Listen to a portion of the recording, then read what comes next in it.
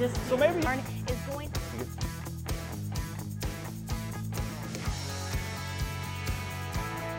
Hello and welcome to Inside Jacksonville, a production of the University of North Florida's School of Communication and the CW17.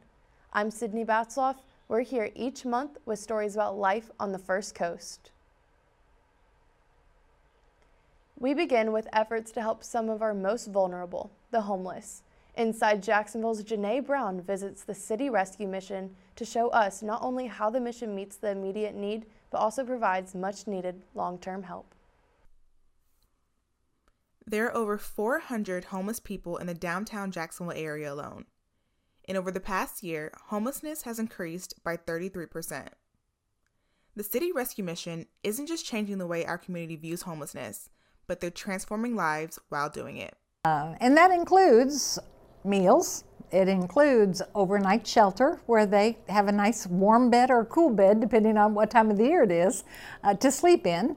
It also includes us doing their laundry for them so that when they wake up, can you imagine being on the hot streets of Jacksonville and having to wake up the next day and put the same dirty clothes back on? As of last year, the City Rescue Mission has served nearly 300,000 meals and provided 70,000 nights of safe shelter. The City Rescue Mission doesn't just help with providing food and shelter, but they also help with addiction. Many homeless people suffer from some form of addiction. Because of this reason, the City Rescue Mission has a strong focus on its recovery programs. What makes our program unique is if you look at the statistics, 1 year after completion, we call it graduation of this program, we have a 73% success rate. 73% of the people continue to be clean and sober.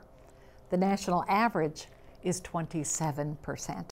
The program provides education, a GED program for those who don't have their high school diploma, and job training.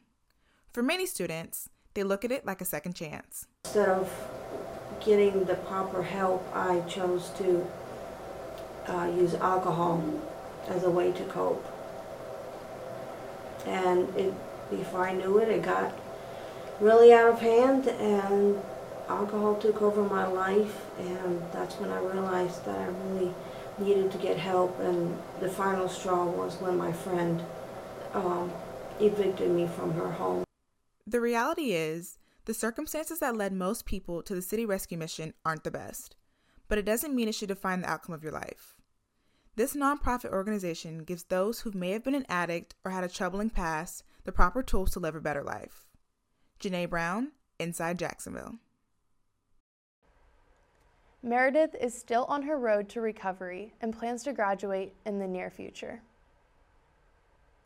When you think of farming, the first images that come to mind are often wide open rural spaces. But as Inside Jacksonville's City Fryer shows us, the organic goodness is growing right here in the shadows of the urban core. White Harvest Farms is a hidden oasis. It occupies 11 acres in the Moncrief neighborhood, between Moncrief Creek and the railroad tracks. Like its parent organization, the Claire White Mission, White Harvest Farms continues a legacy of service, providing resources and opportunities to the community. Every day at White Harvest Farms is something new. It's a pleasure and a privilege, really, to work here and be part of this team. The full-time team is small, consisting of 3 farmers and a soil biologist. But the long-term vision is pretty big. The vision overall is to develop this site into something that generates economy, something that makes money for this community, employs people in this community, and contributes to the community. White Harvest Farms is a special place. Not only is it an organic farm producing hundreds of pounds of produce on a monthly basis, they also provide employment and internship opportunities as well as on-the-job training for members of the community. It could be an example of what others could do. How we can do it together. There's so much needed, so much needed that I can definitely see it as a catalyst. It's more than just education. It's more of survival, bringing community back and having some reason to celebrate. I would love for this space to do that. If you're looking for a way to get out of the house safely and participate in something meaningful in your community, consider making a trip to the farm. For information about upcoming events and volunteer opportunities at White Harvest Farms, visit us online at unftv.com. I'm City Fryer, inside Jacksonville. This 11-acre farm is providing crucial access to fresh produce for people in the Moncrief neighborhood and those at the downtown Mission. The rise and fall of La Villa represents one of the many untold stories of Jacksonville's past. Inside Jacksonville's Joshua Lester tells a tale of its last surviving gem, the Ritz Theater and Museum. The Ritz Theater, once a focal point of bustling life in Jacksonville's La Villa neighborhood. The building of the Ritz in 1929 came at a time when African American art was hitting its stride in La Villa. The La Villa neighborhood was a center of culture and, to a certain extent, neighborhood commerce. That rich culture helped La Villa earn the nickname the Harlem of the South. The Ritz Theater is the principal artifact that we still have remaining of that district in Jacksonville. Several factors, including the mass exodus of railroad jobs and the construction of I-95, initiated an economic decline for La Villa, beginning in the 1960s. By the late 90s, the Ritz Theater was in a state of advanced deterioration. As part of a program known as the River City Renaissance, the Ritz was saved, and the theater was rebuilt, mimicking its original architecture, even down to the iconic neon sign. The Ritz was an example of a rescue, and it's one of the great saves. Part of the restoration of the Ritz included adding a museum, a way to preserve the fruitful African American history of La Villa and Jacksonville. Much of Jacksonville history, not just African American history, is a history that really has influenced this country in many areas. Lift every voice and sing till... Many historic figures are honored with exhibits in the Ritz Museum, including James Weldon Johnson and his brother John Rosamond Johnson, as well as a recreation of some of the storefronts that would have existed adjacent to the theater during its heyday. The really wonderful thing is that Jacksonville's African American history is, bar none, one of the best stories you will ever learn here. The Ritz Theater still serves as a prominent stage for local artists, hosting its monthly Puttin' on the Ritz amateur talent show and the Through Our Eyes art series. Every city's history is really a fabric of stories that are threads that go through the lives and the memories of its people. And the Ritz is one of the buildings that you can point to that highlights that particular thread. And we're lucky to still have it. Joshua Lester, inside Jacksonville. As Joshua mentioned, the Ritz Theater and Museum switched their live shows to virtual over the past several months, but reopened to the public at the beginning of October. The Ritz is now showcasing a new exhibit titled Living Legends and Lives of African Americans in Entertainment. Coming up, we'll head to the beach for an important and often overlooked history lesson. Also, after the break, we'll tap into the local beer scene as it navigates through these tough times. Stay with us, we'll be right back. Welcome back. In the farthest northeast reaches of Florida's first coast lies an old hotspot with a deep history in our African American community. Inside Jacksonville, Zane Beverly takes us on a journey back in time with a historic trip to the beach. American Beach has been a cornerstone of the African American community in northeastern Florida for nearly a century. Founded by the Afro Life Insurance Company in 1935, it served as a popular vacation spot for African Americans looking to enjoy themselves during the summer. Abraham Lincoln Lewis, who was the president of the company, spearheaded the founding. He inquired and then eventually purchased the beach for, quote, recreation and relaxation without humiliation, end quote. American Beach attracted throngs of people every year to hang out on the beach and enjoy a meal at Evans Rendezvous, an old restaurant that played host to many famous black entertainers such as Ray Charles and Cab Calloway. There were a lot of businesses there, so it was a very vibrant place to go. But then 1964 came along, and with it, both good and bad, to mark the beginning of American Beach's decline. Hurricane Dora came, and Hurricane Dora completely decimated the island. Dora was the first hurricane in recorded history to hit the northeast coast of Florida. By the time it made landfall, it was sustaining winds of up to 110 miles per hour. After the destruction of the hurricane and the passing of the civil rights legislation earlier in the year, which made the location less of a necessity for African Americans, American Beach was never the same. It's not the party that it was. It's not the Mardi Gras that you last left. There's a lot of rich history here at American Beach, and no one's championed its preservation as much, or probably ever will, as much as the woman they call the Beach Lady. A rabid environmentalist and American Beach icon, Maureen Betch, aka the Beach Lady, was a constant in American Beach.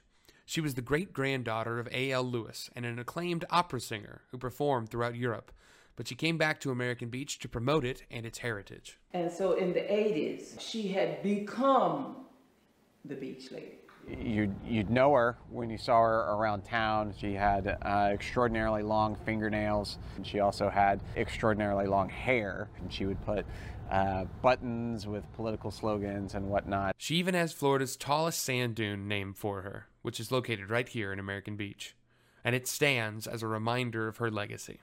Maureen passed away in 2005 after struggling with cancer, without a penny to her name, after donating everything she had to various environmental and African American charities. But there are still those in and around American Beach, keeping its history alive. Zane Beverly, Inside Jacksonville. The story of American Beach illustrates struggles we as a community continue to deal with. For many of us working from home, it's now the new normal. It's been an adjustment with both benefits and challenges for those now commuting from room to room. Inside Jacksonville's Demi Ruhani takes us for a closer look at life at the home office. My name is Angela Rukab, and I work for TIAA Bank. I'm an executive assistant, and I've been there almost a year. Millions of Americans have been adjusting to working from home during the coronavirus pandemic. Many have mixed opinions about their new situation. As for how I feel when it comes to going back into the office now that I'm working from home, I kind of have mixed emotions. There's a part of me that loves working from home. I love the flexibility. However, I do miss the social interaction of colleagues. You know, you make friends, and seeing people face to face is nice too. We have a lot more Zoom.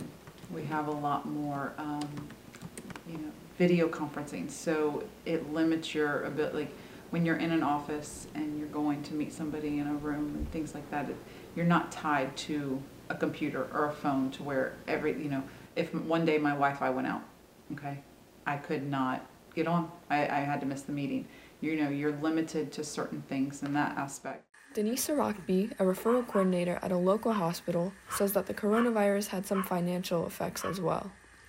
It did affect me financially when COVID first happened, because we had to work from home 2 days and then we had to take a third day off. So we had to only work 32 hours a week. So I was losing a day every week for my paycheck.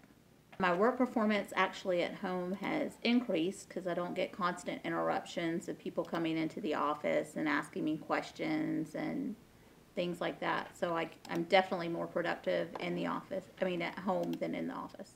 Flexibility is the number one, in my opinion, benefit to working from home. I get to take my children to school in the morning.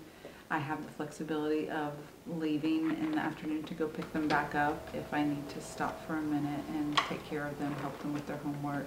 When you have 3 children that, breakfast, lunch, dinner, school, you got 3 different computers going, 3 different kids, 3 different schedules, and you're still trying to do your job, it can be very distracting. It can be a difficult situation when the place you work is also the same place you relax, but somehow we adapt. Citywide closures during the pandemic are having a greater impact on some segments of the economy than others. One that's facing challenges is local microbrewing. Now that restrictions are lifted, Inside Jacksonville's Katie Buckley shares some of their struggles. So pre-COVID, the 2 years prior to that, 2017, 2018, and into 2019 were really kind of rough beer years. There were a lot of new breweries opening, which is a great thing for the state of Florida, but shelf space was probably at a premium. So, you know, we were doing really, really well before that, and so sales kind of leveled off, but we were making a go of it, and then COVID hit. With these businesses reopening, they may not be the same as before, but they're slowly building themselves back up again. We've also did increase our canning because that's where the sales were, and package. Draft pretty much dried up the months of April and May. So, you know, we're just concentrating on getting different brands out there in the market in the package stores. What we did in the tap room is we started producing treatment kegs. So every week we would have a special keg of beer, and those are pretty easy to do, and which brought in a lot of folks. But I just have to say that the community was very, very supportive of local businesses during that time.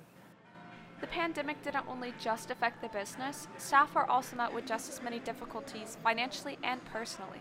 Bolt City didn't lose any employees, but they had to figure out how to stay afloat with less profit while tap rooms were closed for a couple months.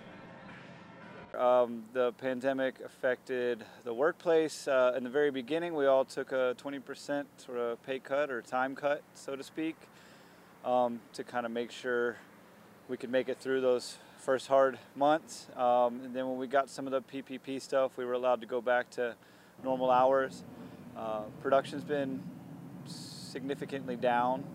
I think we're luckier than maybe some other breweries because we have our cans, our flagships out in grocery stores and convenience stores. So people were still able to buy our product and take it home. But you know, the loss, not being able to sell kegs to the distributors for bars and restaurants has been significant. Not only did Bolt City see a decrease in sales, Intuition Aleworks did as well. A lot of their business is event-driven, but they saw huge numbers of them canceled throughout the pandemic. Lindsay Hawkins, the general manager, said their production remained steady as they pivoted to making canned beer because draft went away due to bar and restaurant closure. With the Jag season starting and other events happening more downtown, they hope it'll draw more people in. This is Katie Buckley with Inside Jacksonville.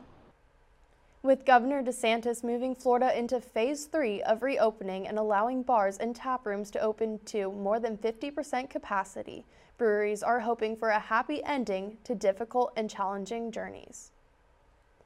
Coming up, we'll head to JIA for a look at how air travel is trying to safely return to the new normal.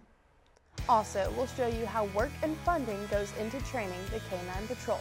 That's coming up after this break. Stay with us. When we started sheltering at home in March, travel of any kind came to a screeching halt. Inside Jacksonville's Cassidy Goldman takes us to JIA for a closer look at how local air travel is recovering. One of the biggest changes surrounding the coronavirus pandemic is the widespread differences and heightened precautions surrounding travel. David Lang, a flight attendant for a major carrier, saw a significant drop in flights and passengers within the months of March and April. You would have flights literally when it first started, literally with 1, 2, and 3 customers. The Jacksonville airport saw a total of 10,000 flights leave JAX during the whole month of April, when it would typically see 10,000 a day. Other changes within the airport include a sparse selection in dining and shopping options. A majority of precautions being taken are the same across airlines and airports. Business traveler Kevin Nill noted that, like flight attendants, he has to wear a mask for hours without a break while traveling. Once you enter the airport, you start your travel process. Basically from that point until you get into your car, your destination, you have to wear a mask 100% of the time. There are also sanitizing stations and signage everywhere to remind travelers to mask up and social distance. While flight attendants and business travelers are experiencing vast positive and negative differences in the drop in airport and flight volume, leisure travelers have a slightly different perspective on the post-COVID-19 changes. With the drop in travel earlier this spring, it caused a majority of rental car corporations to go out of business, which has resulted in sky-high prices to rent a car while on vacation. So we paid, I want to say for 5 5 days of a rental car that normally would have been around $350. We paid like $700 for a rental car. Even with the difficulties of higher prices for leisure travel, Reitan's daughter has found some positives. I did view social distancing as a positive outcome, and I think it should be enforced post-COVID. As flu season comes around and as respect for others' personal space within airports, maybe social distancing is here to stay. I'm Cassidy Goldman, inside Jacksonville. With all the safety precautions being taken, the risk for air travel has so far proven to be minimal. In its mission to equip as well as protect police canines across the country, local nonprofit Canines United is proving to be a successful partner for law enforcement. Inside Jacksonville's Brandon Ludwig shows us how the organization is making a difference. When it comes to funding canine units for law enforcement budgets, sometimes equipment is hard to get. I started Canines United when Canine Baron with St. Johns County was murdered in 2014. Debbie Johnson, the founder of Canines United, is working to bridge that gap in funding. So we buy anything from, we've donated anywhere from an actual dog to a harness and everything in between. You know, heat alarms, the kennel. And then the second part of our mission is we do an 18 by 24 canvas portrait of every fallen canine in the United States. Now, more recently, the organization has taken its advocacy to a new level, with that level being Tallahassee. Florida Senate Bill 96, which was sponsored by State Senator Aaron Bean and signed by the governor in 2019, makes it a second-degree felony for people who, quote, kill or cause great bodily harm to police, fire, or search and rescue dogs, as well as police horses. Johnson's next mission is to get the bill passed at the federal level, as similar laws are on the books in only 2 other states, those states being Utah and Pennsylvania. For now, she plans to use this opportunity to help bring more attention to the needs of these canine units and to continue making a positive impact both locally and nationally. Reporting from the South Side, I'm Brandon Ludwig for Inside Jacksonville. The organization has been meeting with our local congressional delegation about making this bill a federal law, and it's expected to be proposed in the coming year. Well, that's a wrap for this edition of Inside Jacksonville.